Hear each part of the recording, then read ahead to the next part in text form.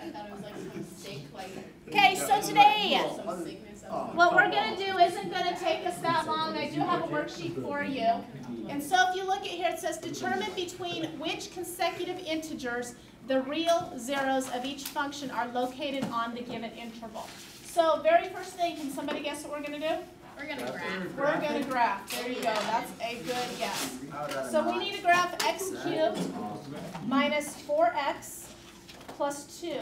Now, let's review what is another word for zeros, or what are we finding? The x-intercepts. Very good. So we're finding where does this graph cross the x-axis. And so after you graph that, I have mine in the z decimal window. Can't quite see it totally, so I'm going to go to z standard. Okay. I almost liked the z decimal a little bit better. The z decimal doesn't quite show the entire graph. But the graph is going to look something like this.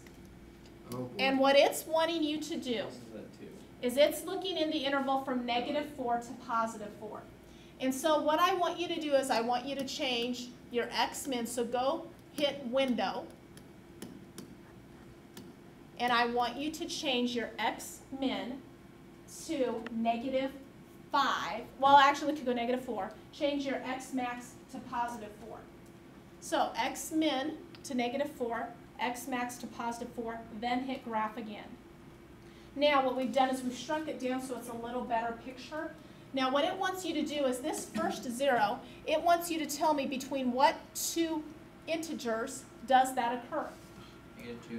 -2 and -3. So this one is from -3 to -2. So there you go, there's one answer. Where does this next one occur? Between 0 and 1. Okay, or 0 to 1. Where does this one occur? 1 to 2. So you have 3 zeros. There's your intervals between which they, so that would be your 3 answers. Wait, what? -3 and -2. I should probably put and. What do you mean wrong marks? Oh no, I was just using that to, I wasn't actually using that as tick marks saying that's between 2 and 3. I was just using that saying, okay, what two values is this between? Gotcha. But I will do that since that obviously was confusing. I will change that. There we go. Wait, what are the 3 and -2, -3, -2, 0, 1, and 1, and 2? Those are between what two consecutive integers each zero goes. So that's what you're going to have to do. You're just going to have to list the consecutive integers that each 0 falls between. There's your graph. That's a really complicated, So, non-efficient way of doing it. That's what we need to do.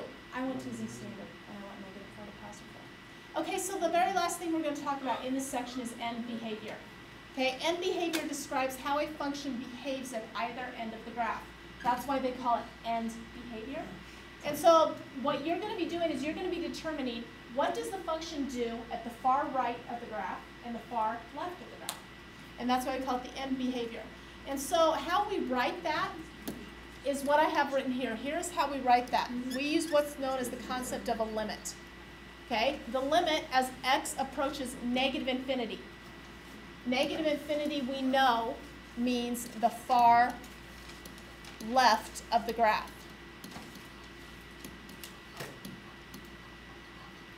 That's what x approaches -infinity means. Now this next one, x approaches what? What does it say? Positive infinity. So what's that going to be in terms of the graph? The far what? Right. Now for those of you wondering, how do you know which one is which? -infinity means your negative numbers. Positive infinity means your positive numbers. You're getting bigger. So that's your far right of the graph.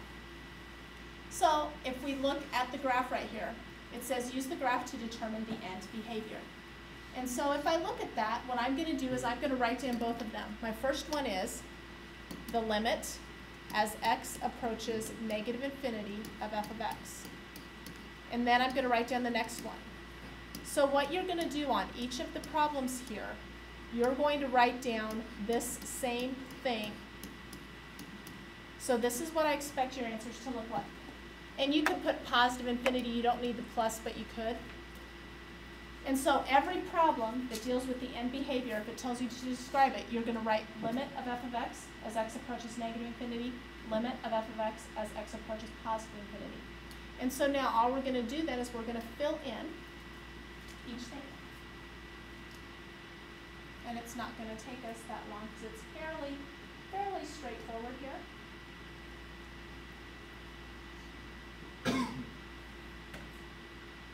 So if I look at the graph, I want to make sure everybody's right on the same page, because I don't want to go on unless some of you are still.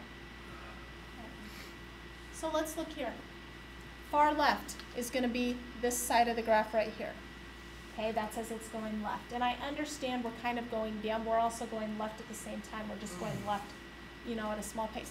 So as I move to the left, so as I keep going here to the left, keep going. Where's the graph going to keep, what is it going to keep doing? Going further and further, where? Down. Okay, so now I need to indicate, what would further and further down be indicated by? Close. Further and further down. Negative infinity, very good.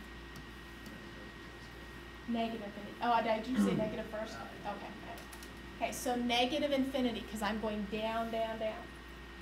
Now, from the far right, what am I doing? I'm going up, up, up. The end behavior for up, up, up will be positive infinity, or I could just write infinity. There you go. That's it. The answer? That's your answers. That's it. That's it. So now let's go ahead and see what we have here. Okay, use the graph to determine the end behavior. So once again, whenever we see that, I've got two answers. The first answer is as x approaches negative infinity. The second answer is as x approaches positive infinity. Now, notice I've already got two problems, so I'm going to just go ahead and write down them all here. And do you have to write this every time? Yes, you do. So come test time, this is what I'm going to want you to write down.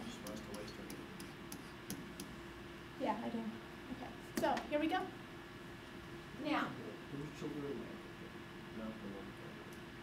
what does this negative infinity, remember, meant the far left of the graph? So, far left of the graph, what does it look like I'm doing? I'm going down, so it'll be negative infinity.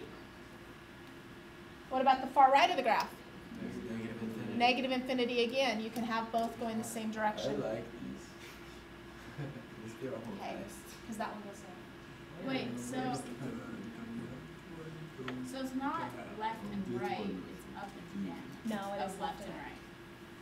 right. It is left and right, because you are going right. You're going right at a small Oh, the next one will explain it. Never mind. Got it. Okay, so now let's look at the next one, negative infinity. What does it look like I'm going to hit if I keep going? You're going to go positive eventually. Nope, what does it look like I'm going to hit?